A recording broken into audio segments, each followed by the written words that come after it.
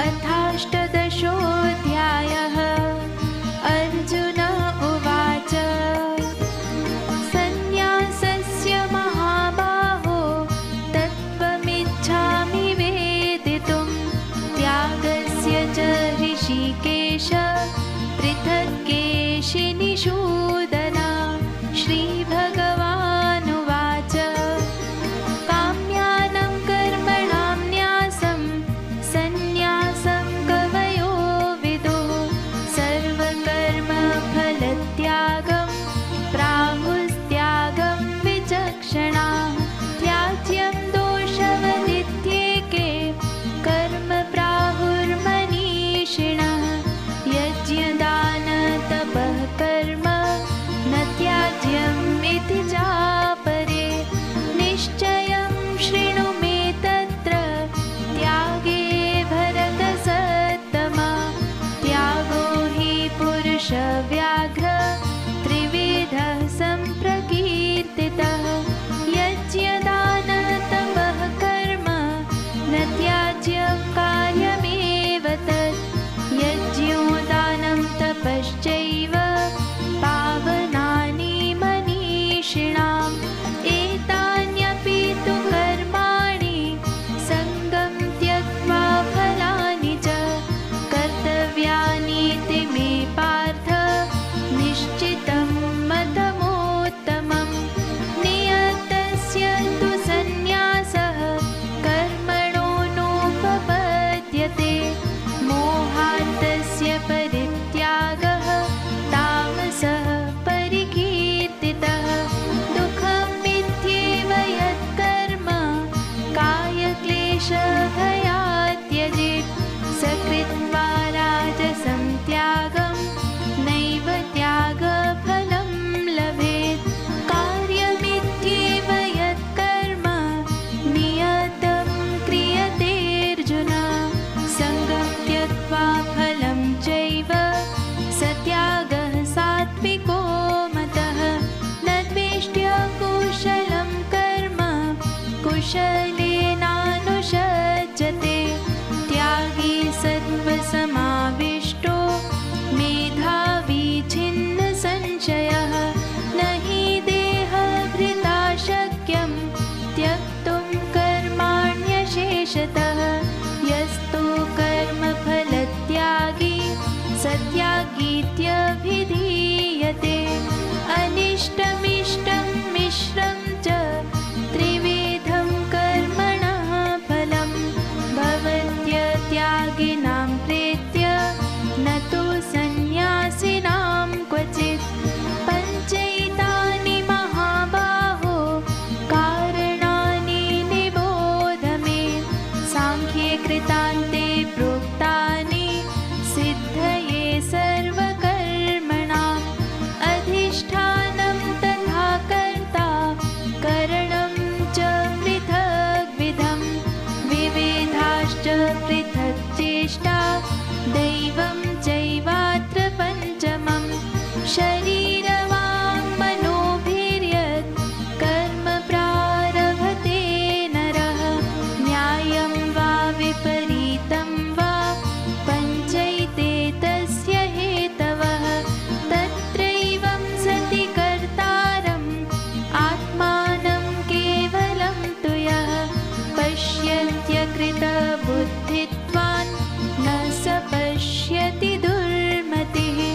यस्य नाहङ्कृतो भावो बुद्धिर्यस्य न लिप्यते, हत्वापि स इमान् लोकान् न हन्ति न निबध्यते। ज्ञानं ज्ञेयं परिज्ञाता त्रिविधा कर्म चोदना, करणं कर्म कर्तेति त्रिविधः कर्म सङ्ग्रहः। ज्ञानं कर्म च कर्ता च त्रिधैव गुणभेदतः, प्रोच्यते गुणसङ्ख्याने यथावत् शृणुतान्यपि। सर्वभूतेषु येनैकं भावमव्ययमीक्षते, अविभक्तं विभक्तेषु तज्ज्ञानं विद्धि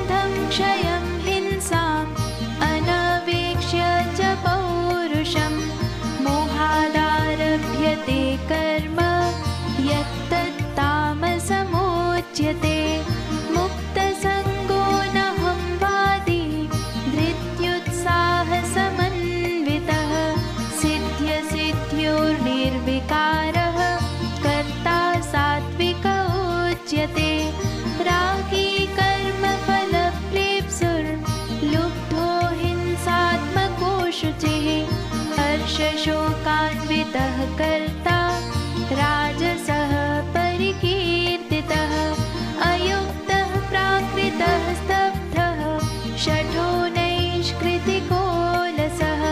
विषादी दीर्घसूत्री च कर्ता तामस उच्यते बुद्धिर्भेदं धृतेश्चैव गुणतस्त्रिविधं शृणु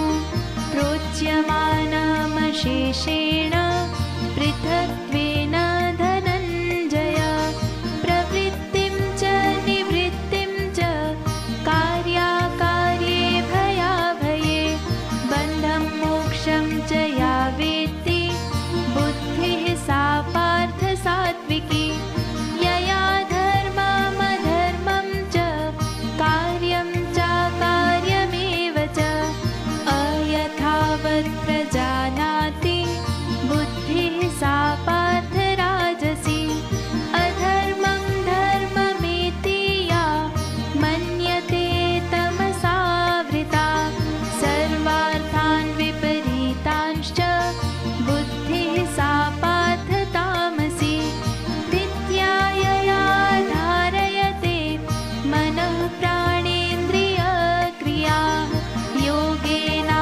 योगेनाव्यभिचारिण्या धृतिः सा पार्थ सात्विकी यया तु धर्मकामार्थान् धृत्या धारयतेऽर्जुन प्रसङ्गेन फलाकाङ्क्षी धृतिः सा पार्थ राजसी यया स्वप्नं भयं शोकं विषादं मदमेव च न विमुञ्चति दुर्मेधा धृतिः सा पार्थ तामसी सुखं त्विदानीं त्रिविधं शृणु मे भरतर्षभ अभ्यासाद्रमते यत्र दुःखान्तं च निगच्छति यत्तदग्रे विषमेव परिणामे मृतोपमं तत्सुखं सात्विकं प्रोक्तम् आत्मबुद्धिप्रसादजं विषयेन्द्रियसंयोगात् यत्तदग्रे मृतोपमं परिणामे विषमेव तत्सुखं राजसं स्मृतं यदग्रे चानुबन्धे च सुखं मोहनमात्मनः निद्रालस्य प्रमादोत्थं तत्तामसमुदाहृतं न तदस्ति पृथिव्यां वा दिवि देवेषु वा पुनः सत्त्वं प्रकृतिजैर्मुक्तं यदेभिः स्यात् त्रिभिर्गुणैः ब्राह्मणक्षत्रियवेषां शूद्राणां च परन्तप कर्माणि प्रविभक्तानि स्वभावप्रभवैर्गुणैः शमोदमस्तपः शौचं क्षान्तिरार्जवमेव च ज्ञानं विज्ञानमास्तिक्यं ब्रह्मकर्म स्वभावजं शौर्यं तेजो धृतिर्दाक्ष्यं युद्धे चाप्यपलायनं दानमीश्वरभावश्च क्षात्रं कर्म स्वभावजं कृषिगौरक्ष्यवाणिज्यं वैश्यकर्म स्वभावजं परिचर्यात्मकं कर्म शूद्रस्यापि स्वभावजं स्वे स्वे कर्मण्यभिरतः संसिद्धिं लभते नरः स्वकर्मनिरतः सिद्धिं यथा विन्दति तच्छृणु यतः प्रवृत्तिर्भूतानां येन सर्वमिदं ततं स्वकर्म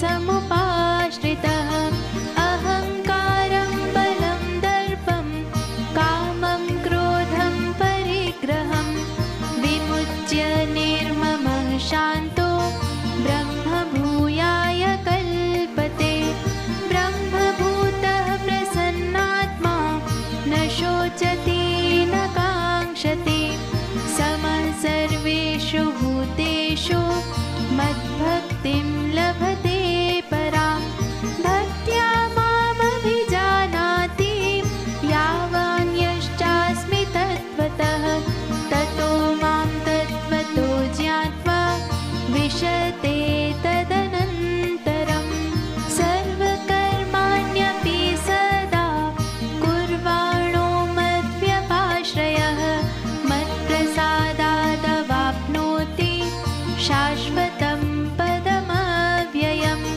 चेतसा सर्वकर्माणि मयि सन्न्यस्य मत्परः बुद्धियोगमुपाश्रित्य मच्चित्तः सततं भव मच्चित्तः सर्वदुर्गाणि मत्प्रसादात्तरेष्यसि अथ चेत्त्वम् अहङ्कारान् न श्रोष्यसि विनङ्क्ष्यसि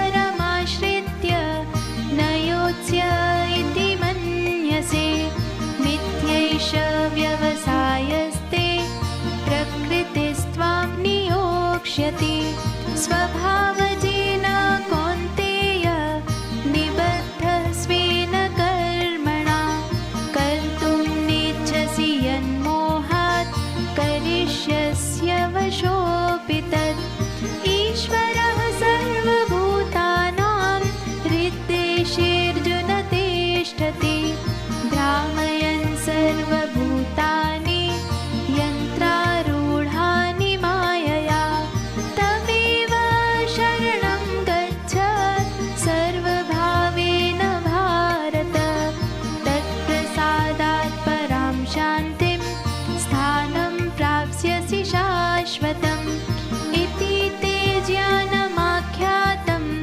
गुह्यात् गुह्यतरं मया विमृश्यैतदशेषेण यथेच्छसि तथा कुरु सर्वगुह्यतमं भूयः शृणु मे परमं वचः इष्टोऽसि मे दृढमेति ततो वक्ष्यामि ते हितं मन्मना भव मद्भक्तो मद्याजी मां नमस्कुरु मामे वैष्यसि सत्यं ते प्रतिजाने प्रियोऽसि मे सर्वधर्मान् परित्यज्य मामेकं शरणं व्रज अहं त्वा सर्वपापेभ्यो मोक्षयिष्यामि मा शुचः इदं ते न तपस्काय न भक्ताय कदाचन न चाशुश्रूषवे वाच्यं न च मां योऽभ्यसूयति य इमं परमं गुह्यं मद्भक्तेष्वभिधास्यति भक्तिं मयि परां कृत्वा मामे वैष्यत्य संशयः न च तस्मान्मनुष्येषु कश्चिन्मे प्रियकृत्तमः भवेता न च मे तस्मात् अन्यः प्रियतरो भुवि अध्येष्यते च य इमं धर्म्यं संवादमावयोः ज्ञानयज्ञेन तेनाहम् इष्टः स्यामिति मे मतिः श्रद्धावाननसूयश्च शृणुयाद